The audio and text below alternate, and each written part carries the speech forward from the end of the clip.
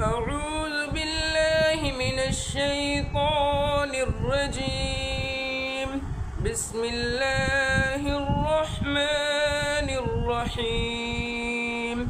واضرب لهم مثلا أصحاب القرية إذ جاءها المرسلون إذ أرسلنا إليهم اثنين فكذبوهما فعززنا بثالث فقالوا إنا إليكم مرسلون قالوا ما أنتم إلا بشر مثلنا وما أنزل الرحمن من شيء إن أنتم إلا تكذبون قالوا ربنا يعلم إنا إليكم لمرسلون وما علينا إلا البلاغ المبين قالوا إنا تطيرنا بكم لئن لم تنتهوا لنرجمنكم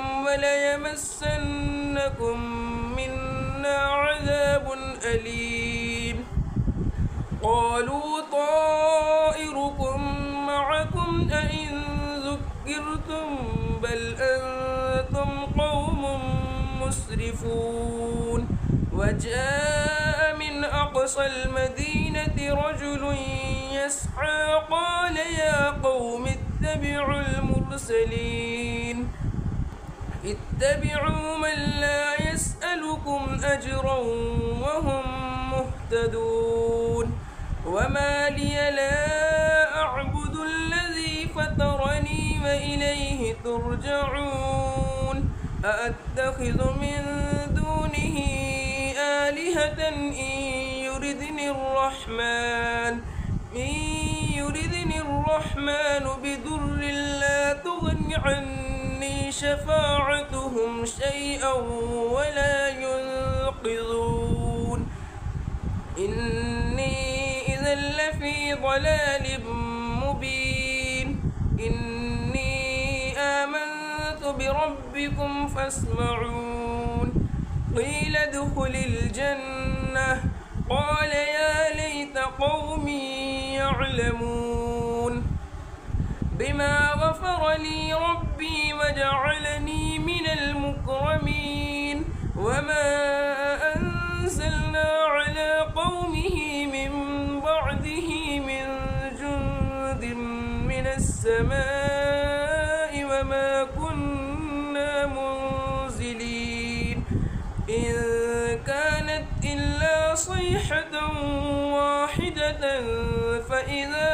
هم خامدون يا حسرة على العباد ما يأتيهم من رسول إلا كانوا به يستهزئون ألم يروا كم أهلكنا قبلهم من القرون أنهم إليهم لا يرجعون وإن كل لما جميع لدينا محضرون صدق اللہ العظیم۔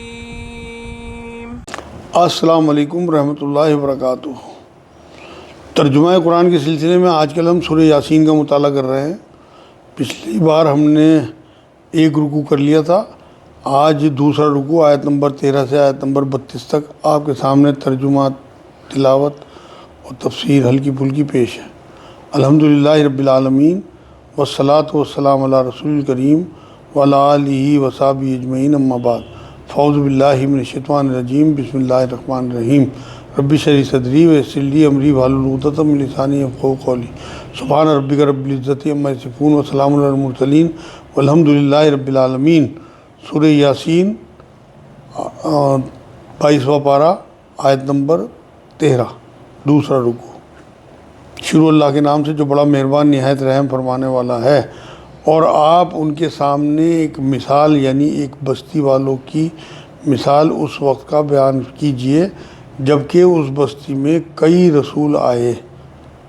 یہ 13 نمبر آیت ہے۔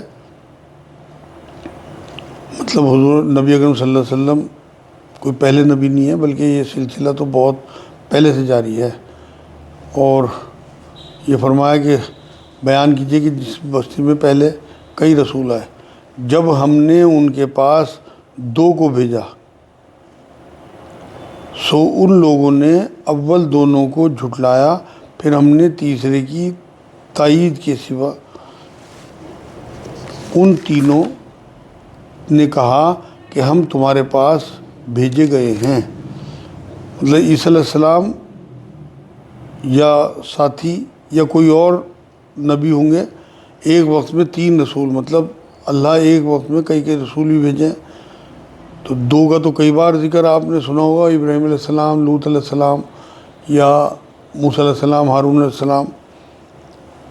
تو یہ جیسے شعیب علیہ السلام، موسیٰ علیہ السلام یہ آئے ہیں، تو یہاں پہ اللہ نے 3 رسولوں کا ذکر کیا کہ اللہ نے یہاں تیسرے کی تائید کی سو ان تینوں نے کہا کہ ہم تمہارے پاس بھیجے گئے ہیں، مطلب آگے لوگوں کو بتایا کہ ہم اللہ کے بھیجے ہوئے رسول ہیں۔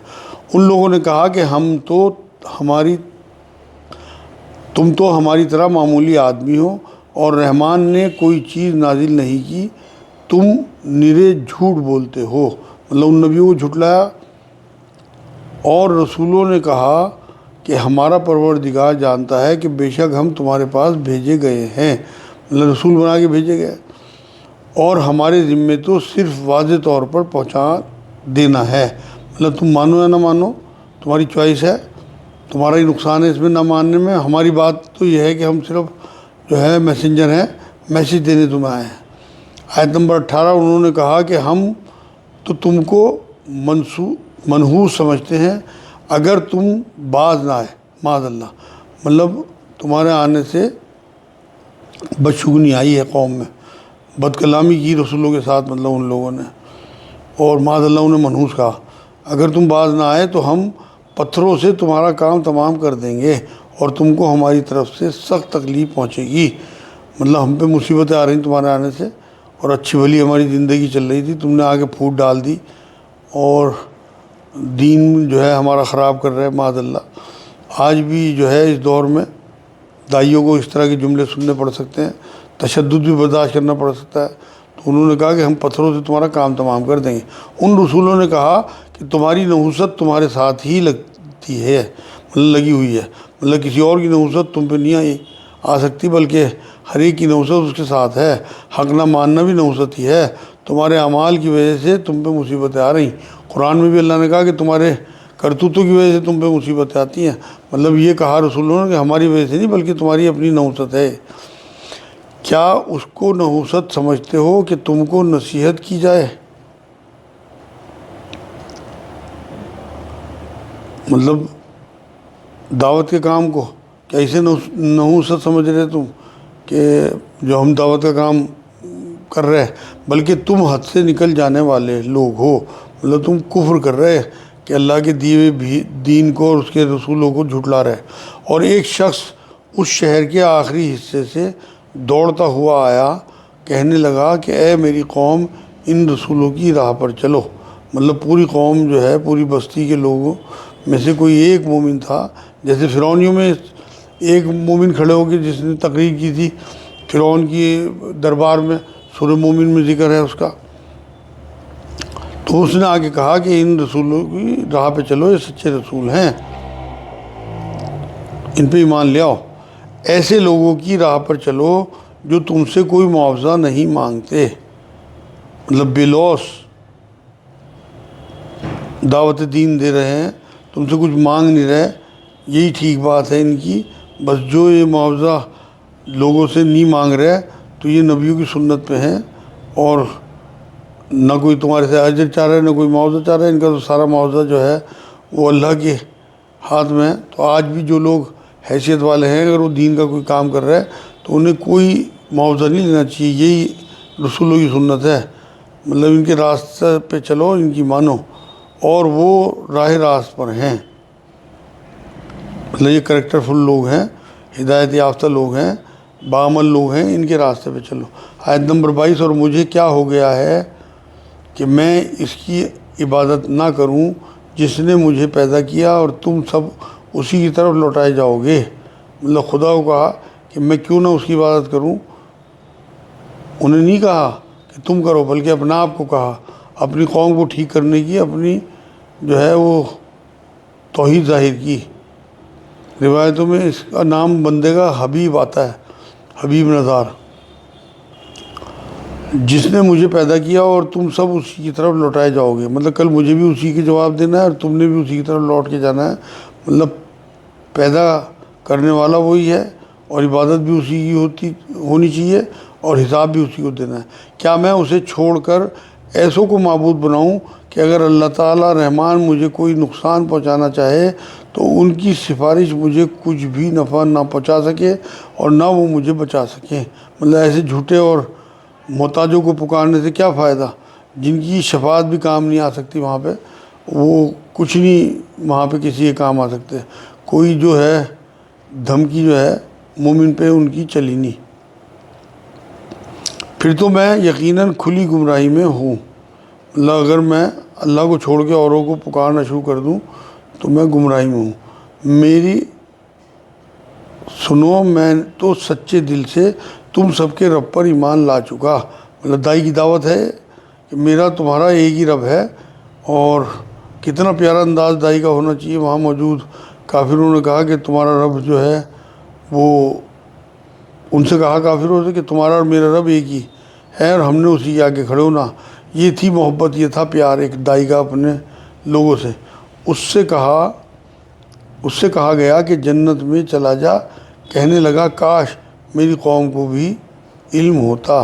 لوگوں نے اس کی دعوت نہیں مانی، اس کی بات نہیں مانی اور اسے دائی کو قتل کر دیا اور یہ کہا کہ تو جنت میں جا، جس جنت کی تو ہمیں دعوت دے رہا تو وہاں جا. اور شاید اسے شہید کر دیا اور سیدھے جنت میں گیا. شہید کا جو معاملہ ہے وہ یہی ہے کہ اسے سیدھی جنت ملتی ہے. اور اس آیت سے بات ثابت بھی ہو گئی. کہنے لگا کاش میری قوم کو بھی علم ہو جاتا. مطلب جاتے ہوئے شہید ہوتے ہوئے جنت میں بھی قوم کی فکر ہے. یہ ہے خیر خواہی اس کی. لوگ جو چاہے کہیں، حق بات بتاتے رہو. جنت میں جا کے بھی چاہا کہ قوم کو پتہ چل جائے کہ مطلب مجھے جنت مل گئی. وصال کے وقت حضور نبی اکرم صلی اللہ علیہ وسلم جو ہے انہیں بھی امت کی فکر تھی. تو جو اللہ والے ہوتے ہیں انہیں امت کی بہت فکر ہوتی ہے. اور کاش سوچتے اس بات کو اور رب سے میرے رب نے مجھے کیوں بخش دیا ہے سوچتے تو یہ اس کے دل میں فکر آئی کہ مجھے میرے رب نے بخش دیا. مطلب جنت کی کنفرمیشن. اور مجھے باعزت لوگوں میں سے کر دیا. مطلب ہاتھ کے ہاتھ پتہ لگ گیا. شاید جو ہے وہ نظر کے وقت اسے شہادت کا پتہ چل جاتا ہو لوگوں کو. تو اس نے یہی بات کہی کہ کیسی بخشش، کیسی اعزاز و اکرام اسے عطا کیا اللہ نے.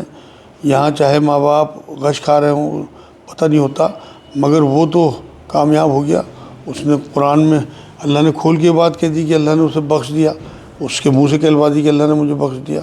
تو یہ ہمیں لگتا ہے کہ ہمارے پیارے چلے گئے، لیکن ہم زبانی تو کہتے ہیں کہ وہ 70 ماؤں سے زیادہ محبت کرتا ہے، لیکن ہم یقین نہیں کرتے. ورنہ اگر ہمارا کوئی اچھا دیندار پیارا چلا گیا تو ہمیں تو مطمئن ہونا چاہیے. ہم تو ہائے توبہ مچانے لگتے ہیں کہ وہ ہم سے بہتر جگہ وہاں چلا گیا جہاں اس کی عیش آ رہی ہوگی. جنت میں اسے اعلیٰ مقام مل رہے ہوں گے، اعلیٰ چیزیں مل رہی ہوں گی یہاں سے بہتر چیزیں. اس کے بعد ہم نے اس قوم پر آسمان سے کوئی لشکر نہ اتارا. مطلب کوئی بڑا انتظام نہیں کیا عذاب کا. کوئی لشکر فرشتوں کا، نہ کوئی تباہی کا کوئی منظر آیا اور نہ اس کی طرف ہم اتارا کرتے ہیں، نہ اس طرح سے ہم اتارا کرتے ہیں. وہ تو صرف ایک زور کی چیخ تھی کہ یکایک وہ سب کے سب بجھا گئے. مطلب بڑا جوش، مخالفت کا جذبہ ایک چیخ سے بجھا دیا گیا. سارا غصہ ان کا جو ہے وہ ختم کر دیا. جیسے بہت سارے شعلوں کی آگ ہو، اس کا جو انت ہے وہ راکھ ہوتی ہے. تو اللہ رب العزت نے ایک چیخ سے سب کو ختم کر دیا. وہ حضرت جبرائیل علیہ السلام کی چیخ تھی، روایتوں میں آتا ہے، جس سے سب کے جسموں میں جو ہے وہ روح نکل کے پرواز کر کے اللہ کی طرف. آیت نمبر 30. ایسے بندوں پر افسوس، کبھی بھی کوئی رسول ان کے پاس نہیں آیا جس کی ہنسی انہوں نے نہ اڑائی ہو. مطلب ہر ایک کی ہنسی اڑاتے تھے. ایسے لوگوں پہ جو ہیں وہ افسوس کے قابل ہیں، قابل حسرت لوگ، اللہ کے نافرمان جو ہوتے ہیں. کیا انہوں نے نہیں دیکھا کہ ان کے پہلے بہت سی قوموں کو ہم نے غارت کر دیا کہ وہ ان کی طرف لوٹ کر نہیں آئیں گے. مطلب اب چلے گئے لوٹ کے نہیں آ سکتے. کوشش بھی کریں گے, لوگ کہیں گے بھی اللہ سے کہ اللہ ایک چانس اور دے دیں اور ہم جا کے کر لیں, تو اللہ نے کہا نا اب کوئی چانس نہیں, جب تم نے کرا نہیں, اور اب اگر میں تمہیں دوبارہ بھیج دوں تب بھی تم یہی کرو گے. مطلب ماضی کا حصہ ایک بنا دیا اللہ نے, جو چلا گیا بس وہ پھر لوٹ کے نہیں آتا. تم بھی انکار رسول کی وجہ سے ایسے ہی ہو سکتے ہو, یہ بتایا جا رہا ہے. آیت نمبر 32 میں اللہ رب العزت نے کہا, جو آج کی آخری آیت ہے, اور نہیں ہے کوئی جماعت مگر یہ کہ وہ جمع ہو کر ہمارے سامنے حاضر کی جائے گی. مطلب دنیا سے تو یہ لوٹ کے نہیں آئیں گے, مگر بالکل ختم نہیں ہوئے, حساب ضرور ہوگا. مطلب ان کی پیشی ہوگی, اللہ کے حضور پیش کیا جائے گا انہیں. حساب تو تب ہوگا, یہاں تک جو ہے وہ رسالت کا بیان تھا. اگلی آیات میں توحید شروع ہوگی. یہ الحمدللہ بیچ میں 23واں پارہ بھی شروع ہو گیا تھا. 22واں پارہ آج اللہ رب العزت کی توفیق سے ختم ہو گیا. آیت نمبر 22 سے جو ہے وہ 23واں پارہ شروع ہوا تھا اس کا, تو ابھی 23ویں پارے میں آئیں گی باقی آیتیں. وما علینا الا البلاغ. السلام علیکم ورحمۃ اللہ وبرکاتہ.